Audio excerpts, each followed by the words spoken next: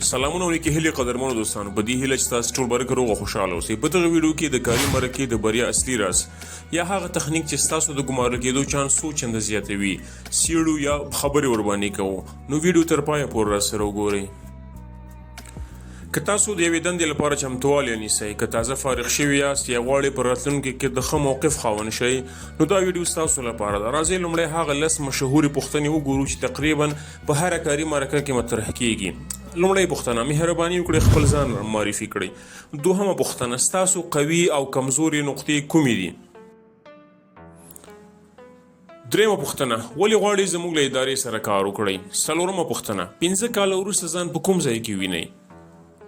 پنځمه پوښتنه: موږ ولې باید تاسو وګمارو؟ شپږمه پوښتنه: د کومې ستونزې یا ننګونې مثال راکړئ چې حل کړې مو وي. اوومه پوښتنه: ستاسو تر ټولو لویه لاسته راوړنه څه ده؟ اتمه پوښتنه: ولې خپله پخوانۍ دنده پرېږدئ؟ نهمه پوښتنه: د فشار او سټرس مدیریت څنګه کوئ؟ لسمه پوښتنه: آیا له موږ څخه کومه پوښتنه لرئ؟ که تاسو مخکې مرکه کړې وي یقینا له دغو پوښتنو سره بلد یاست، خو اصلي پوښتنه دا ده ولې ځینې کسان بریالي کیږي او ځینې نور رد کیږي. د ډیرو کسانو تر ټولو لویه تېروتنه دا ده چې هغوی یوازې د پوښتنو ځوابونه حفظ کوي. د مثال په توګه کله چې ترې پوښتنه وشي خپل ځان معرفي کړئ نو سمدستي وایي زه یو صادق انسان یم، زه سخت کار کوم، زه پر وخت دندې ترسره کوم، زه له خلکو سره ښه چلند لرم. خو ستونزه دا ده چې دا ځوابونه تقریبا هر کاندید ورکوي. مرکه کوونکی هره ورځ لسګونه ځلې همدا جملې اوري، نو بیا ولې باید تاسو ځانګړې وګڼئ؟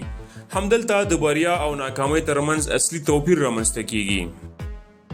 بریالي کاندیدان یوازې خپلې ځانګړتیاوې نه بیانوي، هغوی یوه رښتینې او په زړه پورې کیسه بیانوي. انسانان له زرګونو کلونو راهیسې د کیسې له لارې یو له بل درک کوي. کله چې تاسو یو ښه کیسه کوئ، مقابل لوری یوازې ستاسو خبرې نه اوري بلکې ستاسو شخصیت احساسوي.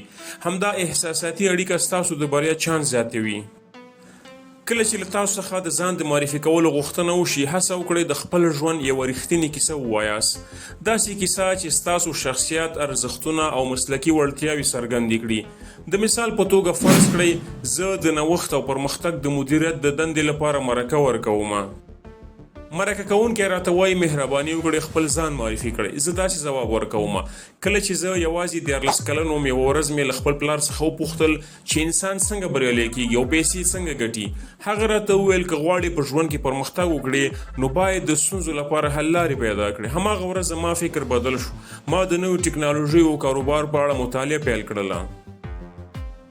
د ځوانۍ له وخته مې د نویو نظریو ازموینه خوښوله. په ښوونځي کې مې کوچنۍ پروژې پیل کړې، د کمپیوټر او ټکنالوژۍ په اړه مې زده کړې وکړې او تل مې هڅه کوله چې د ستونزو لپاره نوښتګر حلونه پیدا کړم. نن هم همدا ځانګړنه زما د مسلکي ژوند تر ټولو مهمه برخه ده. له همدې امله باور لرم چې زه کولی شم ستاسو ادارې ته نوښت، پرمختګ او نوې نظریې راوړم. وګورئ په دې ځواب کې تاسو یوازې نه وایاست چې زه نوښتګر یم بلکې تاسو ثابته کړه چې واقعا نوښتګر یاست.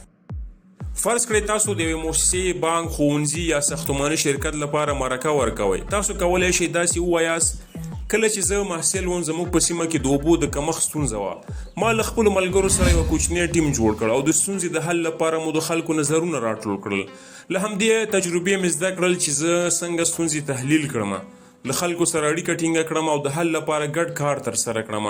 همدا تجربه نن زما د رهبرۍ او ټیم ورک مهارتونو بنسټ جوړوي.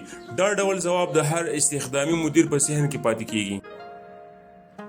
کله چې تاسو یوه رښتینه کیسه بیان کړئ، لومړی مرکه کوونکی له تاسو سره احساساتي اړیکه پیدا کوي. دوهم، ستاسو خبرې د نورو کاندیدانو په پرتله په ذهن کې پاتې کیږي. دریم، ستاسو شخصیت په طبیعي ډول څرګندیږي. څلورم، مرکه له یو رسمي تحقیق څخه دوستانه خبرو ته بدلیږي. او پنځم، ستاسو د ګمارل کېدو چانس په واضح ډول لوړیږي. یو خبره هیڅکله مه هیروئ: کیسه باید رښتینې وي. درواغجنې او جوړې شوې کیسې ډېر ژر معلومیږي.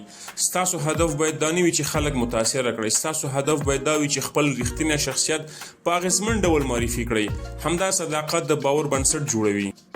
نو دوستانو که غواړئ په راتلونکي مرکه کې له نورو کاندیدانو ځان جلا کړئ، یوازې خپل مهارتونه مه یادوئ، د خپل ژوند یوه رښتینې الهام بخونکې او مسلکي کیسه چمتو کړئ، یوه داسې کیسه چې وښیي تاسو څوک یاست، څنګه دې مرحلې ته رسېدلي یاست او ولې د همدې دندې لپاره مناسب شخص یاست. باور وکړئ همدا کوچنی بدلون کولی شي ستاسو د کاري مرکې نتیجه په بشپړ ډول بدله کړي.